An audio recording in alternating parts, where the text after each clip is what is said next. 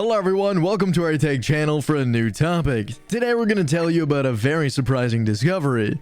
We're going to take an interest in human feces. Indeed, scientists have discovered a way to use our feces to decarbonize our planet. It turns out that this waste can be used as an alternative to coal to capture carbon, or reinforced concrete. Is it possible to reduce our carbon footprint thanks to this discovery? Let's find out together.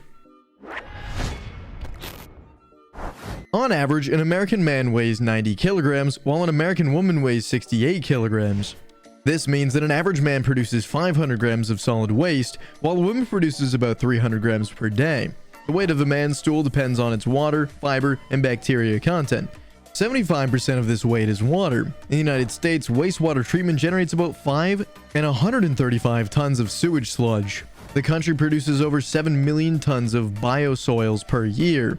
It is estimated that 30% of the solid waste ends up in landfills or storage tanks.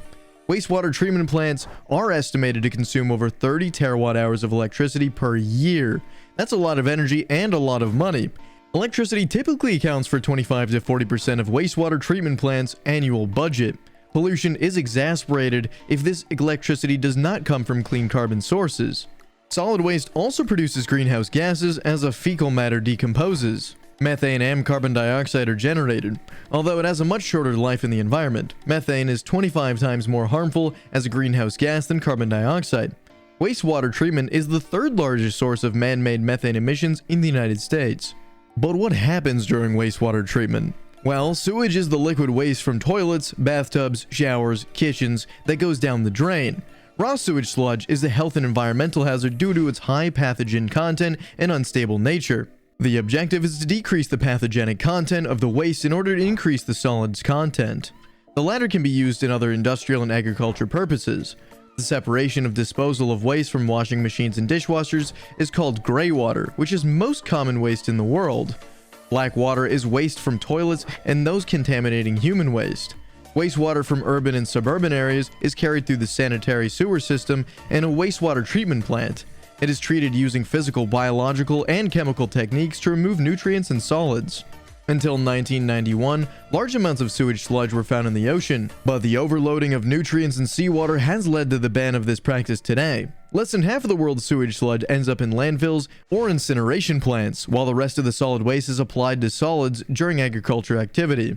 Biosolids fertilizers contain tiny plant nutrients, many trace elements, and other organic chemicals.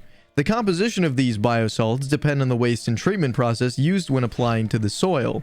Biosolids have a number of benefits, including improved soil structure and water reuse. It also offers economic benefits and better waste management by saving landfill space. This is the way to make the best use of our fecal matter. But a company known as Somax is also involved in the management of our dejecta. This company replaces sand in concrete with our feces. Hydrothermal carbonization was discovered in 1913 by Nobel Prize-winning chemist Friedrich Bargis. The popularity of this alternative waste management method has grown in recent years, especially since Somax commercialized it.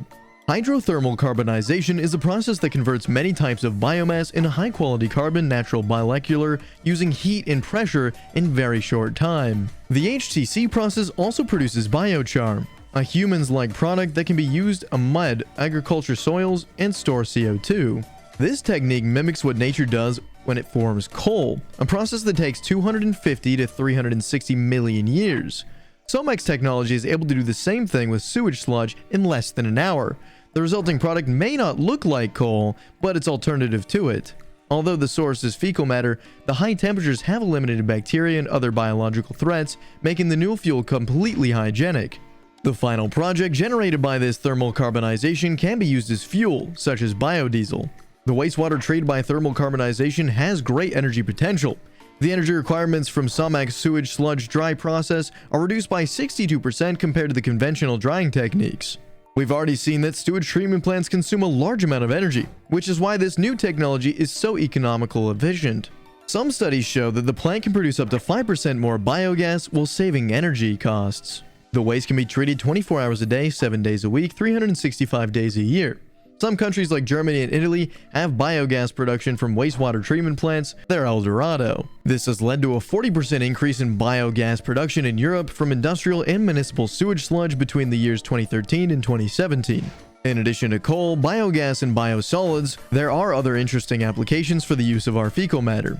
The construction sector alone accounts for 40% of the global greenhouse gas emissions. The burning of tons of materials to produce bricks and concrete makes it one of the most polluting industries on the planet. This is where thermal carbonization comes in. In 2019, engineers at the Royal Melbourne Institute of Technology in Australia tested bricks made by 25% biosolids. These hybrid bricks reduce energy consumption during the firing process by nearly half. Companies like Somex use sewage sludge to replace sand and concrete mix. This can offset tons of emissions from cement production. The advantage of incorporating biosolids into building materials is they can also have a powerful tool for removing carbon from the environment. The mixture that Somex produces is a carbon natural fertilizer. It is believed that hydrothermal carbonization processes could be used to generate drinking water. For filtration, activated carbon could be produced for drinking filtered water. Indeed, this technology is nothing more than the division of molecules and the assembly. At the chemical level, the final product is different from the original.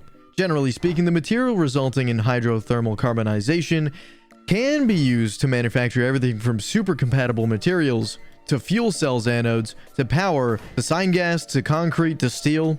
In simple terms, the process involves pouring waste into a container and heating it to make the world's cheapest and most efficient coal.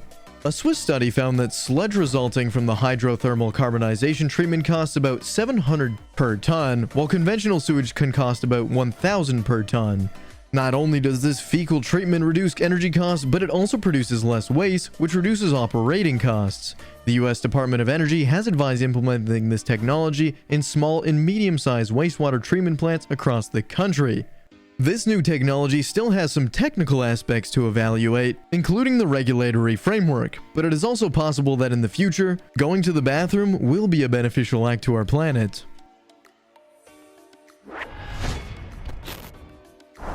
That's it, folks. We're coming to the end of our video. If you enjoyed the topic of the day, give us a little blue thumbs up. Feel free to leave comments and suggestions for a next topic. And if you like the channel, subscribe. Activate that notification bell to be among the first to see our next videos. And we'll see you soon on aTech.